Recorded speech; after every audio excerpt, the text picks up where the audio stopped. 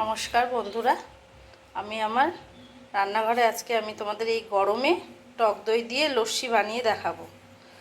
এবার লস্যি বানাতে কি কি লাগে তোমরা সেটা দেখে নাও। টক দই, বরফ, চিনি, কটা কাজু, বিট লবণ আর এদিকে পাতিলেবু।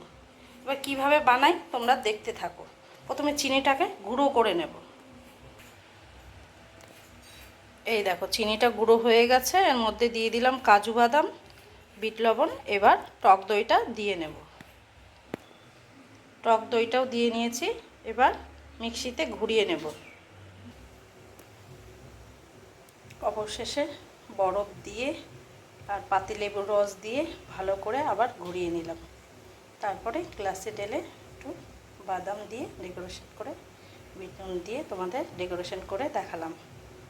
তোমরা বাড়িতে বানিয়ে দেখবে, এই গরমে খুব সুন্দর খেতে লাগে।